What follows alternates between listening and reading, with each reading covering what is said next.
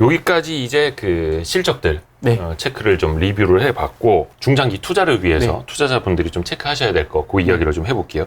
앞에서 뭐 원재료 가격, 네. 그렇죠? 그리고 뭐 이익률이라든지 네. 이런 거 좀 이야기를 했는데 저도 이거 진짜 궁금해요. 일단은 최근에 그 배터리 소재 네, 가격들 네. 동향은 좀 어때요? 뭐 대표적인 게 이제 아까 양극재에 들어가는 네네. 리튬, 코발트, 망간, 알루미늄 이런 거 있을 테고 예. 많이 올랐잖아요. 네, 그렇죠. 지금도 계속 올라요? 아니면 좀 조정을 받는 거예요? 다른 원자재들은 좀 조정을 받는다고는 하는데. 일단 그 서머리만 드리면 네. 지금 뭐 8월달 가격이 아직 월간 가격이 안 나왔으니까 네. 7월달 월간 가격으로 저희가 말씀드리면 지금 리튬을 제외한 정말 모든 메탈 가격이 하락하고 있어요. 거의 급락 수준입니다. 특히 그 원자재라고 할 수 있는 것들이 네. 대부분. 네네네. 그래서 하나하나 말씀드리면 네. 저희가 크게 리튬, 니켈, 코발트, 그리고 망간, 알루미늄, 구리 이렇게 6개 광물이 핵심 광물이라고 보고 있는데 네.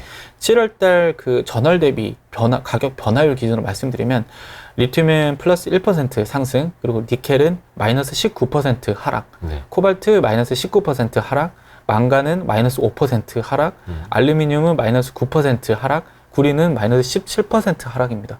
여기 언제 대비요? 이게 6월 대비 7월 월간 평균 가격 하락률입니다. 증감률입니다. 아직 8월 건 안 나왔고 네, 저희가 8월은 아직 한 달이 안 8월 됐기 18일에 때문에. 찍고 있습니다. 네네. 리튬은 플러스 1%요. 네.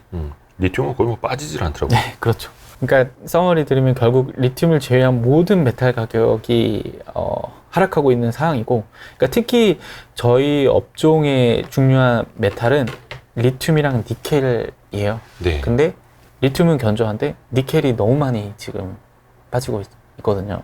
니켈이 얼마 빠졌다고 그랬죠? 아까? 니켈이 19% 빠졌습니다. 이게 그러면 네. 원재료 가격은 올라도 걱정이고 떨어져도 걱정인데 이게 좋은 거예요, 안 좋은 거예요? 중기적으로는 저는 좋다고 보여요. 중기적으로? 네. 왜냐면 물론 일단 먼저 단기부터 말씀드리면 단기적으로는 아무래도 이게 메탈 가격이 빠지게 되면 소재사들의 판가가 낮아지겠죠. 낮아질 수 있어요. 네네네. 네, 그래서 이건 단기적으로는 저희가 조금 좀 리스크 요인으로 가져갈 수 있는데, 근데 그것 결국 저희는 이제 방향성이 중요하지 않습니까? 기업도 네. 그렇고 실적도 그렇고 그날 혹은 그 해당 분기 실적보다 연간 혹은 그 향후 몇 년을 흔히 저희가 좀 장기적으로 좀 우상향 그림을 펼쳐 나갈 수 있는 방향성이 중요한데, 중장기적 관점에서는 메탈 가격이 빠지는 게 저희한테 좋습니다. 왜냐하면 지금 배터리 가격이 너무 비싸기 때문에 네. 전기차 판가의 한 30%가 배터리 가격이 차지해요. 그렇죠. 그러니까 배터리 가격이 너무 비싸다 보니까 전기차 가격이 못 내려와요, 지금. 그렇죠. 그래서 네. 중장기적으로는 이제 네. 배터리 가격을 낮춰야지 전기차도 네. 많이 팔릴 수 있는 건데 네, 맞습니다. 그 방향성으로는 원재료 가격이 낮아지는 게 좋은 거긴 네. 하다. 근데 이제 그 시장에서는 그 얘기하고 네. 있는 거예요. 원재료 가격이 올라갈 때는 그래도 네. 이제 셀 업체들은 자동차 완성차 업체들과의 계약에서 네. 그리고 소재 업체들은 셀 업체와의 계약에서 네네. 원재료 가격 상승분을 어느 정도 보전을 하면서 네. 공급을 하게 됐는데 그러면 볼륨이 커지잖아요. 네네. 그래서 좋았는데 원재료 가격 떨어지면 그러면 이제 매출 볼륨이 적어지네?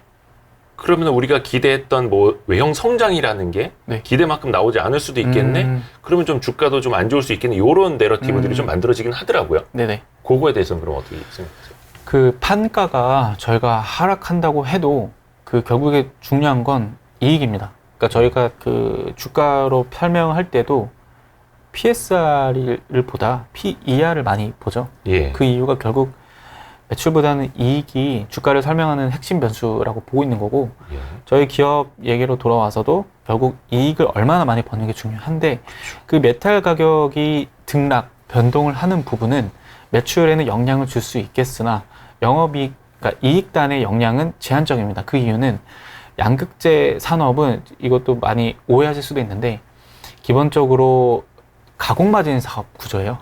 그쵸. 네, 그러니까 메탈을 그대로 광산회사 같은 사람들한테 업체들한테 가져와서 그대로 자기네가 가공하는 그 부가가치만 더 첨가해서 팝니다. 고객사한테. 그러면 네. 요 안에 가공 마진을 결국 수취하는 사업인데, 이 가공 마진은 킬로그램당 정해져 있어요. 그렇다 하더라고요. 저희가 얼마 전에 네. 그 코스모 신소재 탐방을 갔다 와서 네. 그 대표님한테 직접 들었는데 네. 저기는 이제 뭐 속되게 말하면 임가공 사업이다. 네. 그러니까 임가공 마진이라는 건 정해져 있고 네. 그래서 원재료 가격이 오르든 내리든 우리가 네. 버는 거는 그거 일정하다. 네. 그래서 우리가 공급하는 양이 많아질수록 성장을 하는 거다. 이렇게 또 설명해 주시더라고요. 맞습니다. 그래서 그 양극재 회사의 그 이익을 결정하는 핵심 변수는 판가 P보다 Q, 출하량이라고 볼 수 있습니다. 근데 그 출하량은 계속해서 저희가 그 양극재 회사들은 지금 가파르게 캐파 확장을 거듭하고 있고 네. 매 분기 혹은 매년 그 신규 캐파가 추가가 되고 있습니다. 그래서 그 신규 캐파가 추가되고 신규 캐파의 가동률이 상승하는 과정 속에서 출하량이 그 판가 하락을 상쇄하고도 넘는 수준으로 이익 개선 효과가 나타날 걸로 보고 있기 때문에 설사 메탈 가격이 빠진다고 했을 때 그 이익에 미치는 영향은 제한적이라고 보고 있습니다. 그러면 원재료 가격 하락하는 거 신경 쓰지 말고 네. 계속해서 외형, 네. 공급량 네. 이게 성장을 하느냐를 우선적으로 봐야 된다라는 네, 맞습니다. 측면인 거죠. 네. 그러면 그 판가 구조는 이렇게 소재 가공업체들이 셀업체에 공급하는 거랑 셀업체들이 OEM, 그 완성차 업체들이 공급하는 거랑 그러면은 거의 비슷한가요? 마진을 이렇게 붙여서 하는 구조가? 네, 그 정확한 저희가 그 마진율은 파악할 수 없겠지만 그 계약 그 납품 구조가 유사합니다. 예를 들어 소재 회사들, 양극재 회사들 예를 들면 메탈 가격, 리튬이나 니켈 가격에 연동돼서 판가로 이제 고객사인 배터리 회사들한테 파는 거고 네. 마찬가지로 배터리 회사들도 이렇게 넘어온 이 메탈 가격 그 시세대로 이제 완성차 회사들한테 판가로 보존받고 있습니다. 근데 다만 한 가지 차이점은 네. 워낙 그 자동차 회사들과 직관여되어 있는 배터리 회사들은 그 자동차 산업 특성상 중장기 계약을 많이 맺어요. 그러니까 이렇게 건건이 혹은 매월 뭐 혹은 단기 계약보다 중기 계약 이상이 많기 때문에 네. 가격 협상 혹은 가격을 반영해주는 그게 조금 깁니다. 그러니까 예를 들어 소재 회사들은 뭐 메탈 시세 바뀌는 대로 바로바로 뭐 시차가 뭐 한 달에서 뭐 두 달 사이에 바로바로 저희가 판가로 반영되는 바로바로 올리고 내리고 올리고 네. 내리고 하는데 네. 그 배터리가 배터리 셀업체들은- 완성차한테 납품할 때는 한 3에서 6개월 조금 레깅이 더 깁니다. 여기는. 근데 요 사이에 네. 원재료 가격이 올랐는데 네. 이거를 나중에 올려야 되면 또 그때 떨어지게 되면 이게 또 네. 애매해지는 거죠. 네. 계산하기가. 근데 또 반대로 다시 메탈 가격이 빠질 때는 이게 반대 상황이 펼쳐지기 때문에 예. 결론적으로는 연간 평균으로 보면 다 똑같습니다. 소재나 배터리 회사나 완성차 회사나 다 똑같이 메탈 가격은 다 증가한다고 보시면 됩니다. 다만 투자자 입장에서 네. 뭔가 예측 가능성 측면에서 보면 네. 셀업체의 마진보다는 소재업체의 마진이 훨씬 더 이해하기는 쉽겠네요. 예측하기는. 아, 네네. 레깅이 있는 네. 것보다는 그죠. 바로바로 반영을 하는 게. 아, 네네. 그러니까 분위기는 바로 알 수 있을 것 그쵸. 같죠. 바로 판가가 어떻게 되는지. 그 얼마 전에 쓰셨던 그 자료 중에 전기차 보급 네. 그리고 배터리 사용량이 많아질수록 네. 니켈하고 리튬은 네. 이게 구조적으로 네. 가격이 오를 수밖에 없다 이런 네. 표현을 하셨더라고요. 네. 그거는 이제 감안을 하고 가야 되는. 네. 그 너무 좋은 질문이에요. 저도 항상 이 부분은 저도 많이 공부하고 있는데 네. 맞습니다. 니켈하고 리튬이 저희 전기차 시장에 있어서 가장 중요한 과물인데 이유가 먼저 니켈 같은 경우는 저희가 계속 앞서 서두에 말씀드린 지금 양극재 회사들, 하이니켈 양극재 회사들의 실적이 좋지 않습니까? 그러면 그만큼 이 하이니켈이 내포하고 있는 건 니켈 함량이 더 높다는 뜻이에요. 네. 그래서 결국 이 하이니켈 배터리 채용이 확대된다는 뜻이고 이 배터리 채용이 확대되면 확대될수록 그 니켈 수요가 늘어날 수밖에 없는 그렇겠죠. 거고요. 그리고 리튬은 지금 전체 산업에서 쓰이는 리튬 수요의 거의 70% 이상이 배터리 쪽으로 들어갑니다. 그러니까 이렇게 높은 수요 비중을 갖고 있는데 공급은 매우 제한적이에요. 네.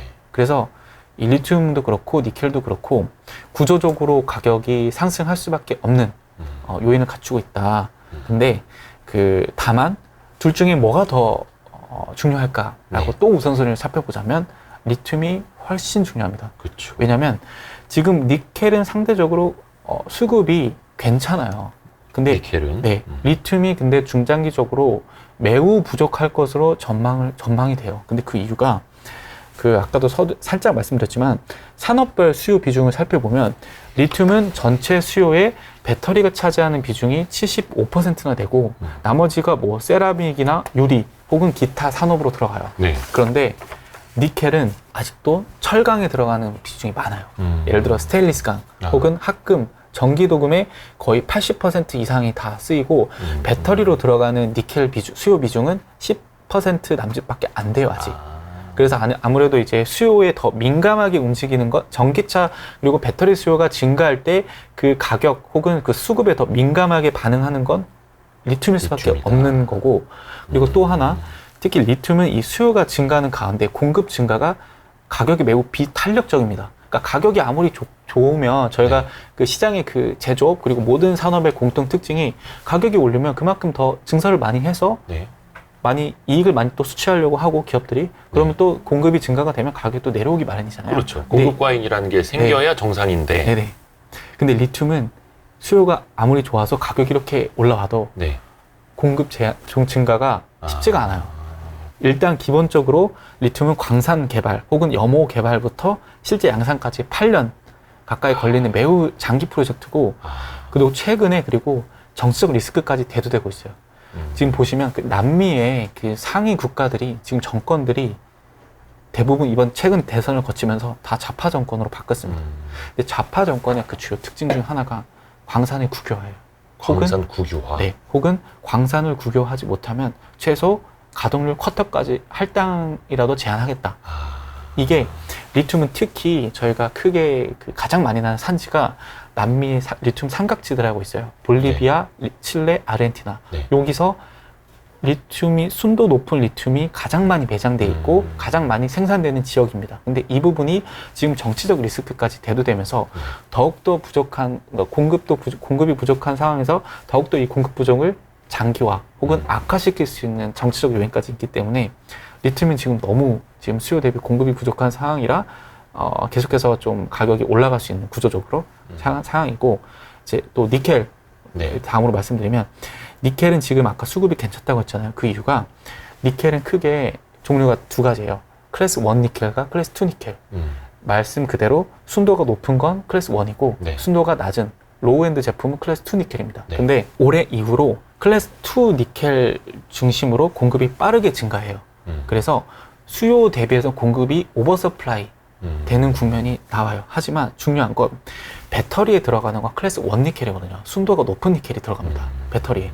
그래서 이 클래스 1 니켈의 공급은 계속 타이트할 것으로 저희가 전망을 하고 있고, 그 전 세계적으로 그 클래스 1 쪽에 들어가는 그 광산이 대표적으로 저희가 황화강이라고 부르는데, 이 황화강은 계속 신규 개발이나 증설이 이제 드물어요. 왜냐하면 이미 지금 다 개발을 해놨거든요.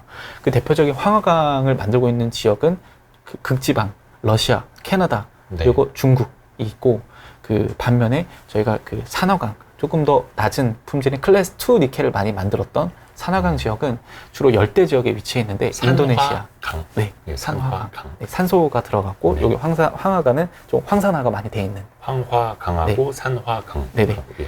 그런데 그 이 산화강 쪽은 계속 증설이 늘어나고 있어요. 그러니까 이 부분에서 지금 전체 니켈 수급이 조금 완화되는 시기인데, 근데 저희는 또 배터리에 들어가는 니켈이 중요하잖아요. 그래서 그 안에서 또 배터리 니켈은 그래도 또 타이트할 것 같다. 왜냐면 계속해서 지금 클래스 1 니켈이 부족한 상황이기 때문에 그쵸. 클래스 2 니켈은 좋다고 하더라도, 그래서 역시나 니켈도 부족은 하지만 그래도 이제 계속해서 그 클래스 2 니켈 쪽을 품질 개선을 통해서 클래스 1 니켈처럼 좀 순도 높은 니켈로 계속 탈바꿈 시켜내는 노력이 이루어지고 있기 때문에 리튬보다는 덜 부족할 것 같다라고 전망하고 있는 거죠. 네. 차지하는 비중이, 그러니까 네. 가격 비중으로는 어떻게 돼요? 리튬, 뭐 니켈, 코발트, 네. 망간, 알루미늄, 뭐 이런 네. 것들. 아까 양극재가 전체 이제 가격적으로 봤을 때는 배터리 네. 소재에서 한 50% 네. 차지한다라고 말씀을 해주셨는데, 그 중에서 또 발라보자면. 저희가 그거를 그 가격은 사실 이게 그 나와 있는 자료가 없다 보니까 또 많이 또 변하고. 네네. 예. 맞아요. 가격이 너무 많이 변하니까 네. 정말 이게 추정할 수밖에 없어요. 네. 추정할 수밖에 없는데, 제가 알기로는 전기차 한 대당 네. 들어가는 그 리튬은 한 40kg 정도 들어가고, 니켈은 한 30kg 정도? 그럼 저희가 이제 킬로그램당 가격을 여기다 대입을 해보면 네. 저희가 대충은 저희가 추정을 할 수 있겠죠. 그러면 최소 니켈보다는 지금 리튬이 더 비싼 네. 상황이기 때문에 리튬이 최소한 니켈보다는 더 많이 들어간다고 보시면 될 것 같아요.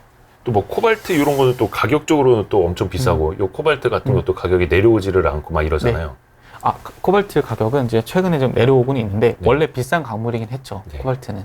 그래서 지금 국내 배터리 업체에서도 이제 코발트를 줄이자라는 코발트 리스 코발트 배터리를 프리, 예, 뭐 네네 이런 거. 많이 만들고 있었는데 맞다. 아까 코발트는 네. 6월 대비 7월이 19% 네. 가격 떨어졌다고 말씀하셨구나. 네. 근데 코발트는 이제 더 이상 저에게 좀 상대적으로 중요도가 좀 떨어질 것 같다 보는 이유가 워낙 적게 들어갑니다 이제. 네. 계속 니켈 함량을 높이는 만큼 코발트 함량을 줄이다 보니까 코발트, 망간 이런 네. 거 함량 줄이면서 하이 니켈로 가니까. 네. 그래서 계속 말씀하신 게 중요한 게 리튬하고 니켈이다. 네 맞습니다. 좋습니다. 앞으로 네. 셀 업체, 소재 업체 조금 마진 전망 어떻게 보시는지 좀 이야기해 주세요. 일단은 사업 구조상 소재는 그러니까 메탈 가격이 결국에 이 마진에서 제일 중요해요. 그런데 네. 이 메탈 가격은 소재는 배터리 회사로 다 메탈 가격 변동분을 판가로 이전시키고 있고 네.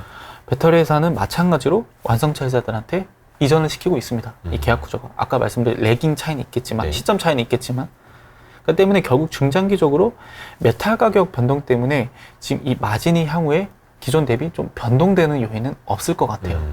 네. 그렇기 때문에 다만 단기적으로 이제 메탈 가격이 급등락에 따른 저희가 재고 자산의 평가 손익은 있을 수 있다. 재고 자산 평가 네. 손익. 네.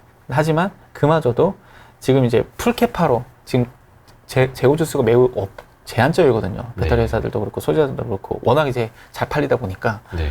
그래서 이제 재고 자산 보유 기간도 매우 적은 국면에서 설사 이제 재고 평가 손익이 나온다고 해도 영업이익 그러니까 이익단에 미치는 영향은 매우 미미할 거다라고 판단을 하고 있습니다.